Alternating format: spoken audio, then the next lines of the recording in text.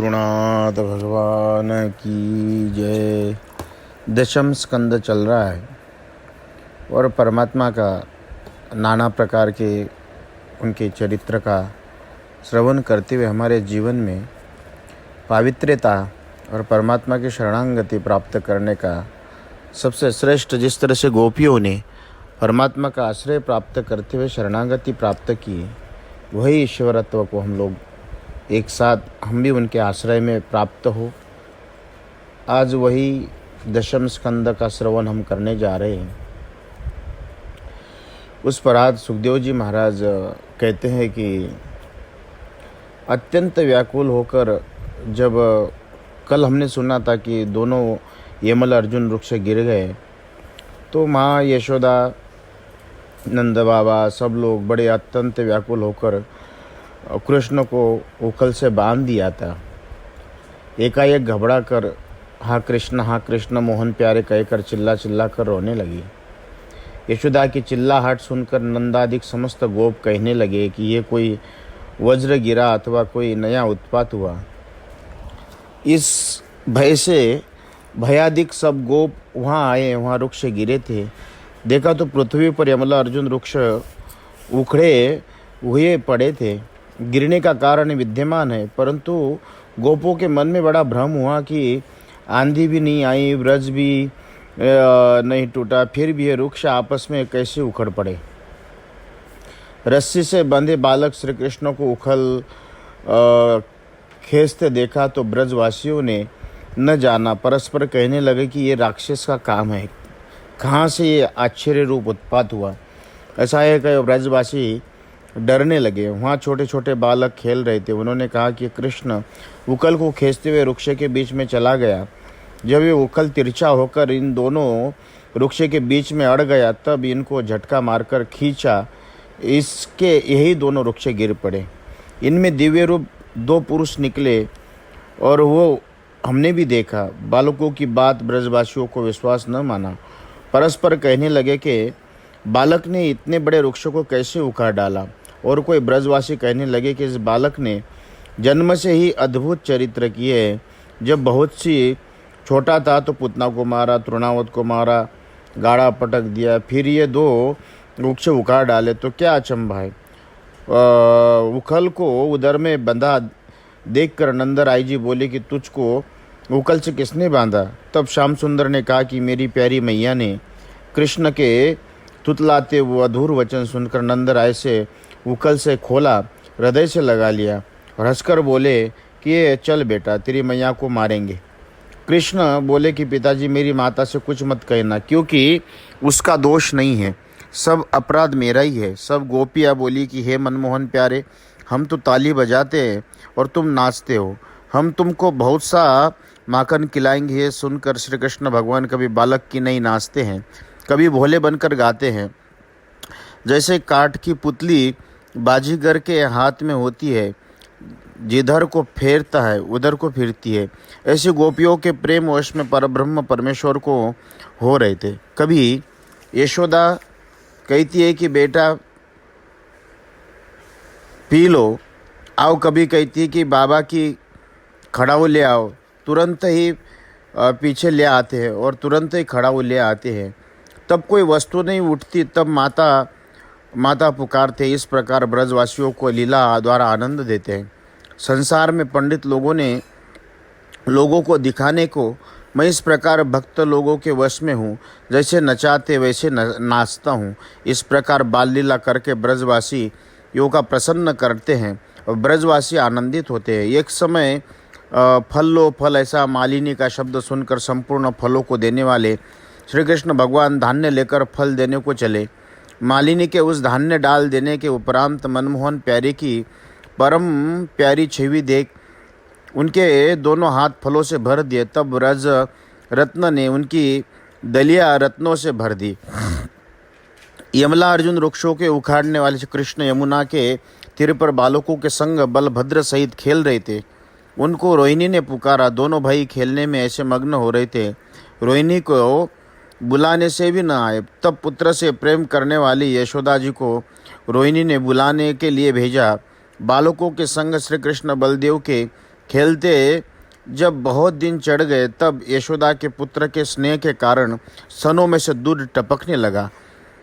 तब यशोदा जी ने श्री मदन मोहन प्यारे को बुलाने लगी।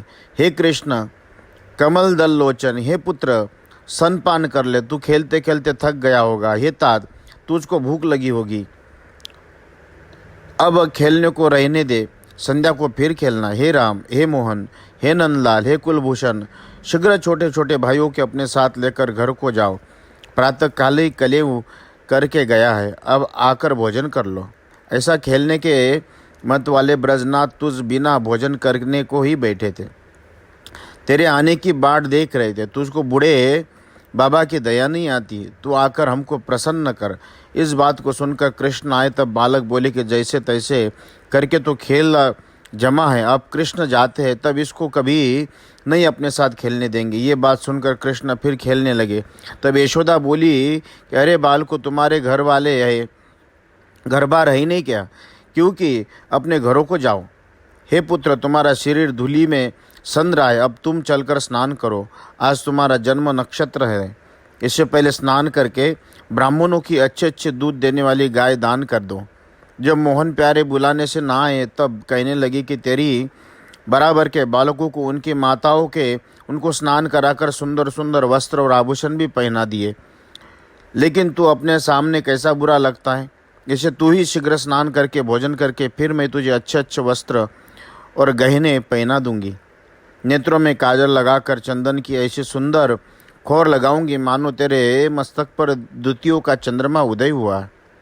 हे राजा परीक्षित, प्रेम से मतवाली यशोदा जी ब्रह्मादिकों के मुकुटमणि श्री कृष्णचंद्र को अपना पुत्र मानकर बलदेव सहित श्री कृष्ण का हाथ पकड़कर मंदिर में ले आई और शरीर में उपटन मलकर गर्म जल से नहावाया।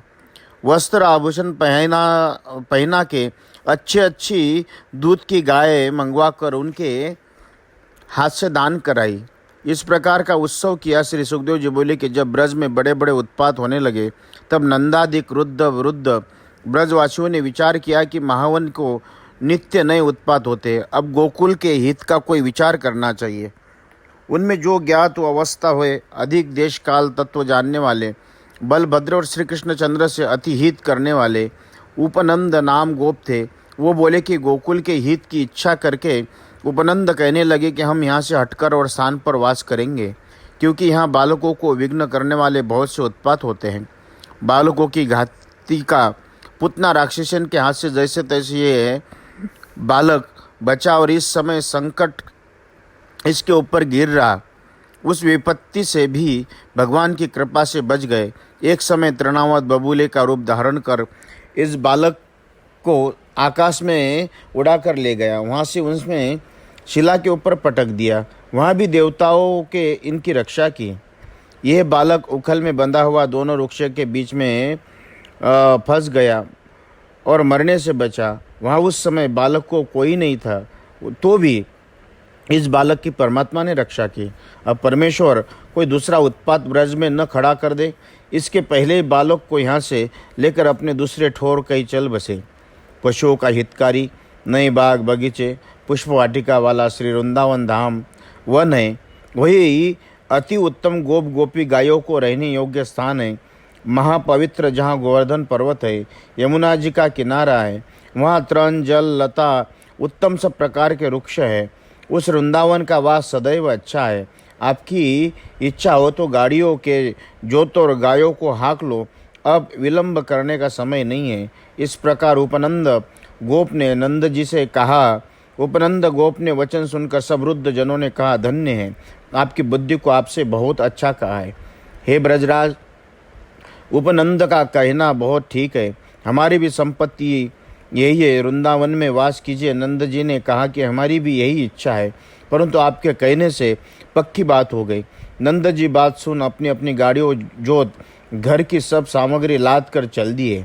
हे राजा परीक्षित, प्रथम सब सामानों को गाड़ियों में भरकर ऊपर वृद्ध बालक स्त्रियों को बिठाकर धनुष्य बाण हाथों में ले लेकर सब ब्रजवासी सावधान हो, गायों को आगे कर चारों ओर बड़े बड़े रणसिंगा बजाते हुए तुरही का शब्द करते पुरोहित को संग लेकर सब गोकुल वासी वृंदावन को चल दिए। गाड़ियों में बैठी गोपी नवीन केशर कुचलों में लगाए कटला धुंदुक की कंठ में पहने रथ गाड़ियां बैठी कृष्ण लीला गाती जाती। इसी प्रकार रोहिणी और यशोदा भी एक गाड़ी में कृष्ण और बलदेव जी के साथ लिए बैठी और उनकी लीला और चरित्रों को सुन सुनकर आनंद को प्राप्त होती। सर्वानंद को देने वाले वृंदावन में आकर गाड़ियां बराबर खड़ा करके अर्ध चंद्रमा के समान गायों को रहने के लिए खिरक बनाया।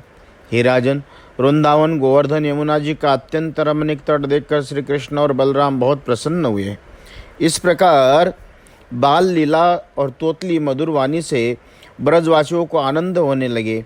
जब दोनों भाई बछड़े चराने योग्य हुए तब वत्स पालक कहलाए। ब्रजभूमि के निकट ही गोपालों को बालकों ने संग लेकर श्री कृष्ण बलराम दोनों भाई बछड़े को चराने लगे और भांति भांति की क्रीड़ा नित्य प्रति करने लगे। कभी बांसुरी बजाते, कभी आमलों को गोफन से धर कर चलाते, कभी पाँव में घुंघरू बांधकर ऐसा नाच नचाते, अप्सराएं लजाते थे।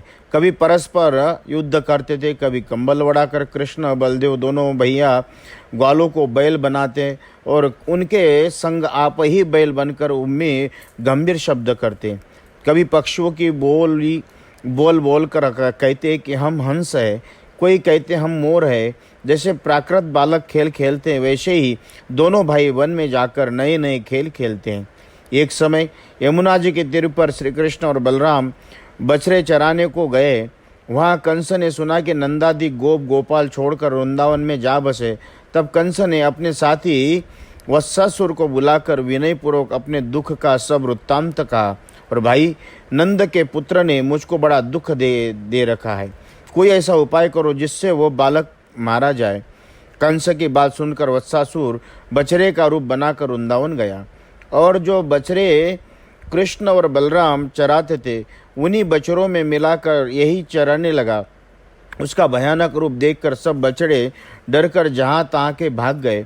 तब श्याम सुंदर उस राक्षसों को पहचान कर आँख की सेन से बलदेव जी को जताया कि देखो भाई, ये दुष्ट राक्षस कंस का भेजा हुआ है, बछड़े का रूप धारण कर मेरे मारने के लिए यहाँ आया है, तुम भी इसका ध्यान रखना। वत्सासुर घूमता घामता अपनी घात लगाता वह धीरे धीरे वृंदावन विहारी के समीप आ पहुंचा। श्री कृष्ण चंद्र ने उसका पिछला पैर पकड़कर एक केत के पेड़ की जड़ में घुमाकर ऐसा पटका कि उसके प्राण निकलकर परम धाम को सिधार चले। बड़े भारी शरीर वाला वत्सासुर दैत्य कैद के वृक्ष सहित पृथ्वी पर गिर पड़ा। उसका गिरा हुआ देखकर सब बालक अत्यंत विस्मित और धन्य धन्य करने लगे। अत्यंत प्रसन्न देवताओं ने आकाश से फूल बरसाए। समस्त लोकों की रक्षा करने वाले श्री कृष्ण चंद्र बलदेव दोनों भ्राता बछड़ों के वत्सपाल होकर प्रातःकाल कलेवा लेकर वन में जाकर बछड़ों को चराते हैं और अनेक अनेक प्रकार के लीला विहार करते। जब कंस ने वत्सासुर को मारे जाने का वृत्तांत सुना तो बड़ा शोक हुआ और उसके भाई बकासुर को जाकर कहा कि तुझे अपने भाई का बदला ले और उस दुष्ट कृष्ण को मारकर मेरी छाती ठंडी कर। ये बात सुनकर बकासुर बगले का रूप धारण कर वृंदावन आया और कालिंदी के किनारे पर्वताकार हुआ मुंह फैलाकर इस घात जा बैठा कि श्याम सुंदर यहाँ आए तो निगल जाऊं। उस दिन सब बालक अपने अपने बछड़े के समूह को यमुना जी के निकट जल पिलाने के लिए गए। वहाँ जाकर बछड़े को जल पिलाया और आप भी पिया। और वहाँ बालकों के ब्रज में टूटे गिरे पर्वत शिखर के तुल्य बड़े मुख वाला एक पक्षी देखा। उसको देखकर अत्यंत भयभीत हुए। ये महाबली तीक्ष्ण चोंच वाला बगले का रूप धारण किए बकासुर नाम का दैत्य, ये बलवान बकासुर आकर श्री कृष्ण को शीघ्र ही निगल गया। बोला कि मैंने आज अपने वत्सासुर का बदला ले लिया।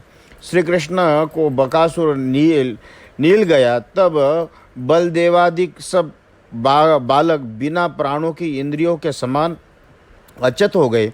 रो रो कर कहने लगे कि हाय, हम यशोदा को जाकर क्या उत्तर देंगे, जिसने अपना प्यारा पुत्र हमको सौंप दिया था। सब दौड़े हुए बलदेव जी के पास आए और वृत्तांत सुनाया।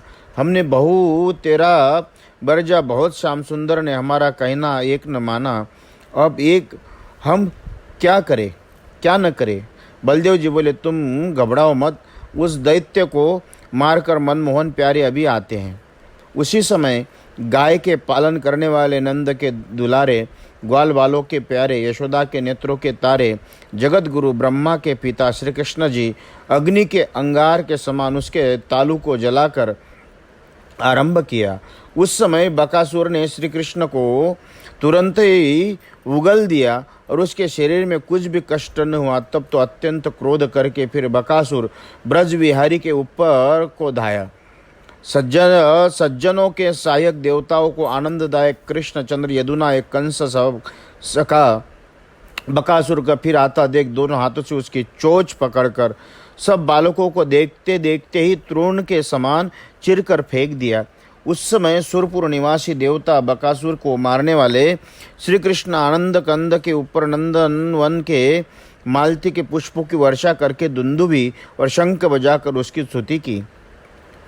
इस कौतुक को देख देख कर ग्वाल बाल आश्चर्य मानते। जैसे इंद्रिया प्राण आने से आनंदित होते, वैसे ही बलभद्रादिक सब बालक बकासुर के मुख से निकले हुए श्याम सुंदर पैर प्यारे को देखकर आनंदित हुए।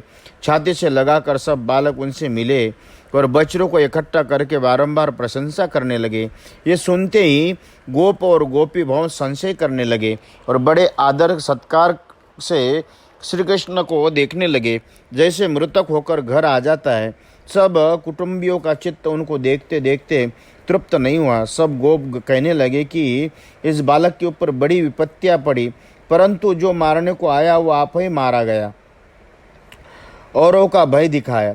महाभयंकर रूप धर धर कर अनेक असुर और राक्षस कृष्ण मारने को आए, परंतु परमेश्वर की दया से इनका कुछ न कर सके। मरने के लिए इसके पास आए। जैसे अग्नि में आकर पतंग जल जाते, वैसे ही आप आकर मर जाते हैं। अहो, वेदवादियों की वाणी के भी मिथ्या नहीं होती। जो जो बात गर्गाचार्य कह गए वह सब बातें अब सत्य होती जाती है। इस प्रकार कृष्ण बलराम के रस भरी बातें कहकर नंदादिक आनंदित होते और सुख पाते। जिन्होंने भवसागर की वेदनाओं को कुछ न समझा, इस प्रकार आँख मिचोनी, फूल बांधनी, बंदरों के समान कूदना, ये कोमार अवस्था के खेल करके श्री कृष्ण बलराम कोमार अवस्था व्यतीत किए। इति श्रीमद्भगवते महापुराणे दशम स्कंदे पूर्वार्ध भाषाटिकायां वत्सक वर्धनम वर्णनम नामो एकोदशो अध्याय। कृष्णार्पणमस्तु। अब दशम स्कंद का 12वां अध्याय है। भगवान सुखदेव जी महाराज राजा परीक्षित से कहते हैं कि हे राजन, नाना प्रकार की लीलाएं करते हुए श्री कृष्ण चंद्र दूर जाते हैं, तब बालक परस्पर छोड़ बद कर दौड़ते हैं।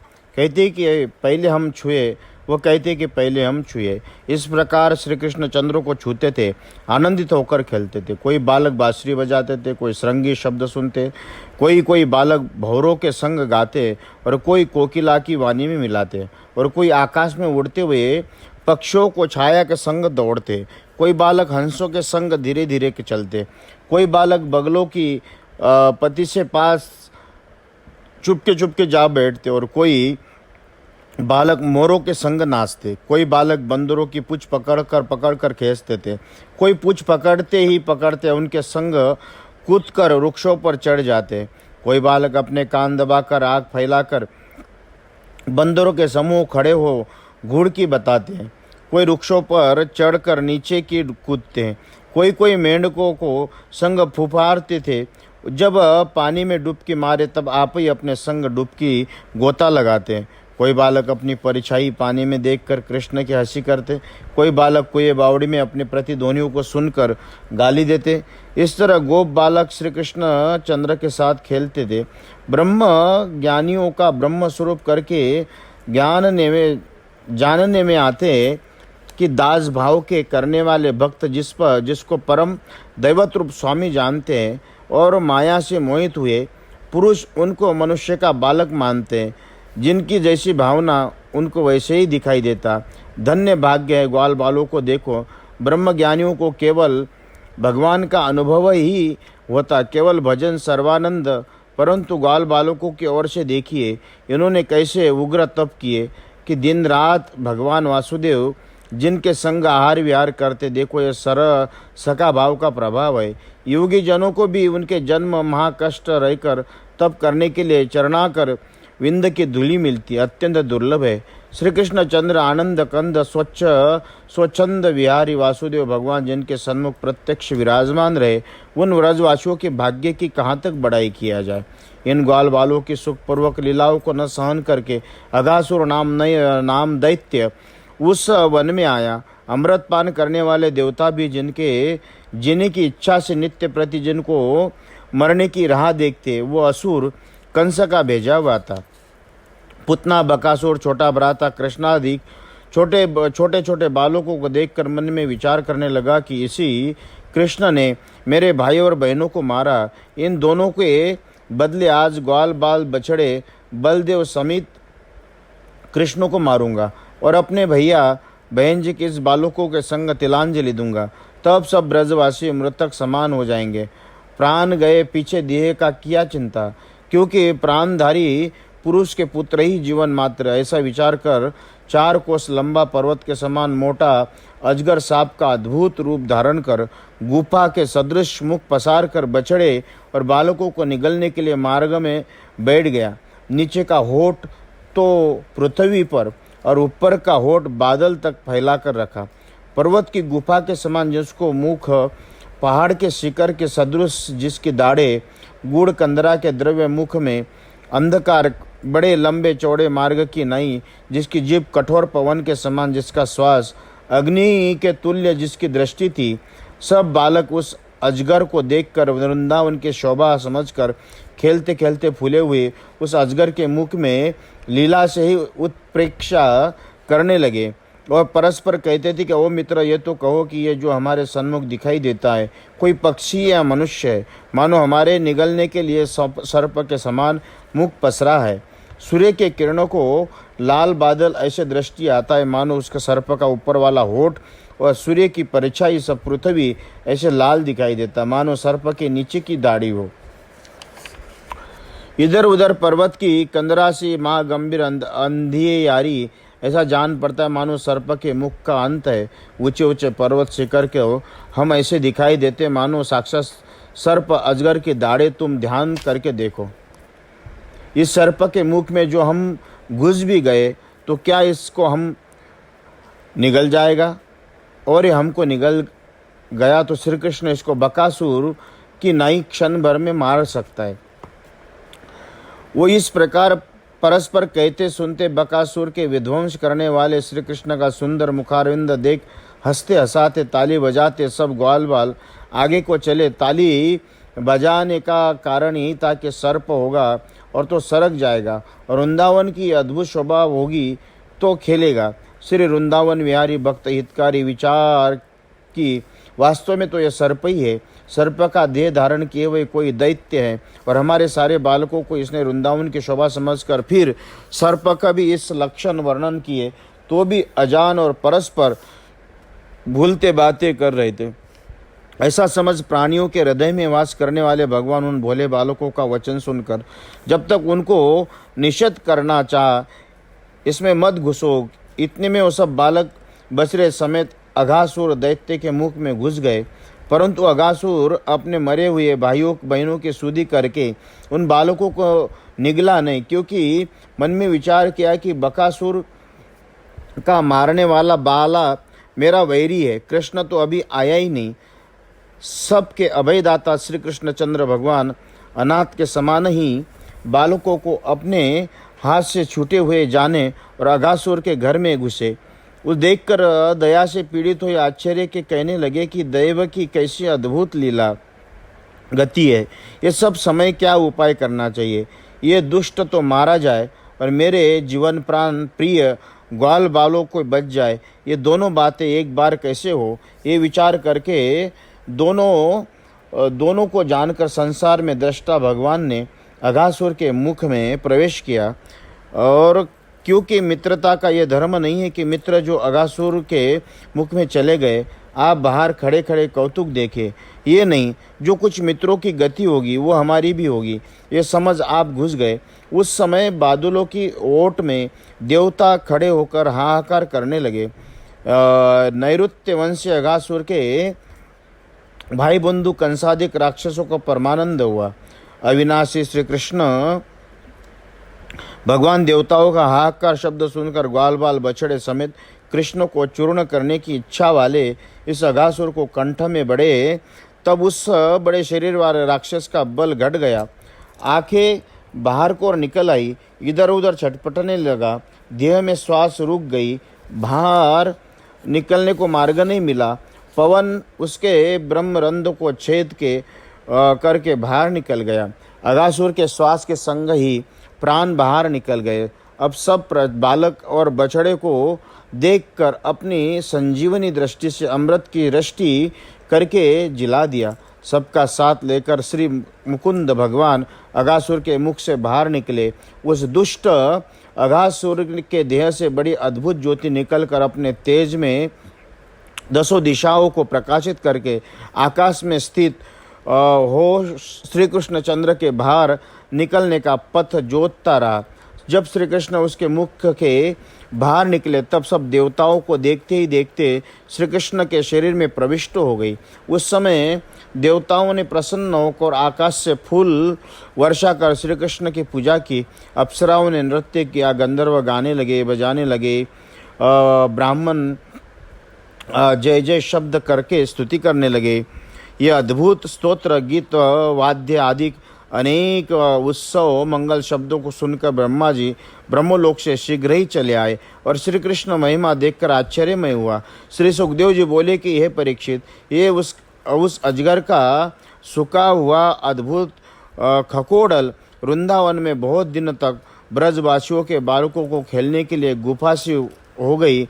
मुख में मार्ग में घुसे और नेत्र के मार्ग से निकल आए, नेत्रों के मार्ग से घुसे तो मुख के मार्ग से निकल आए। इस प्रकार दिन रात विहार करते थे। श्री कृष्ण भगवान बालकों को और अपने आप को मृत्यु को छुड़ाना और अघासुर को मोक्ष देना, ये सब काम 5 वर्ष की अवस्था में किए। परंतु इसका आश्चर्य मानकर सब बालकों ने ब्रज में श्री कृष्ण की पौगंड अवस्था अर्थात 5 वर्ष व्यतीत होने के उपरांत 6ठे वर्ष के मध्य यह अद्भुत लीला भगवान की ऐसा कहा है। माया से मनुष्य बालक रूप धारण किए हुए संपूर्ण स्थावर जंगम में आदि कारण परमात्मा श्री कृष्ण भगवान के स्पर्श से महापापी अघासुर पवित्र हो गया। जो बात असत पुरुषों को महादुर्लभ है, ऐसे भगवत रूप में वह लय हो गया। आश्चर्य की बात नहीं, क्योंकि जिसकी मनोहर मूर्ति प्रहलादिक भक्तों को एक बार ही बलात्कार मन में धारण की और उसके प्रभाव से उस लोगों को मोक्ष पाई, तो सदैव अपने आत्मानंद के अनुभव से और माया करके रहित श्री कृष्ण चंद्र भगवान के शरीर में अघासुर प्रवेश होने के उसी मुक्ति हुई। इसमें क्या आश्चर्य है। सौनादिक ऋषिश्वरों ने सूत जी बोले कि हे ब्राह्मण, इस प्रकार अपनी माता के गर्भ से यदुकुल देव श्री कृष्ण चंद्र से रक्षित हुए राजा परीक्षित अपनी रक्षा करने वाले श्री कृष्ण चंद्र के विचित्र पवित्र चरित्र सुनकर व्यासनंदन सुखदेव जी से फिर उसी प्रसंग संबंधी प्रश्न किया, क्योंकि उन चरित्र के सुनने से राजा परीक्षित का मन अपने वश में हो गया। राजा परीक्षित बोले कि ब्राह्मण श्री कृष्ण महाराज के कुमार अवस्था वाले लीला एवं बालकों को पौगंड अवस्था में गाई, ये 1 वर्ष का अंतर बीच में कैसे पड़ गया। हे बड़े योगी राजगुरु, इस बात को मुझको समझा कर करो। मेरे मन में बड़ा आश्चर्य है, क्योंकि ये निश्चय भगवान की ही माया, कुछ नहीं है। हे गुरु, तो हम क्षत्रिय वंश परंतु तो भी इस संसार में अतिशय धन्य है, क्योंकि जिस दिन ब्राह्मण का शाप हुआ उसी दिन से और भी धन्य है, और जब तुम्हारे दर्शन किए तब से धन्यतर हुए। अब तो तुमसे बारंबार कृष्ण कथा अमृतपान करने के लिए अतिशय करके आज हम धन्य हैं। श्री सूत जी बोले कि हरि भक्तों, इस प्रकार राजा ने प्रश्न करके अपनी श्रद्धा दिखाई।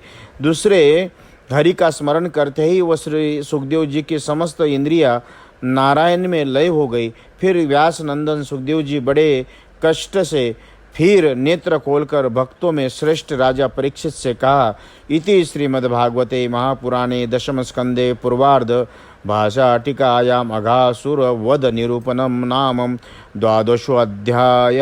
कृष्णार्पणमस्तु।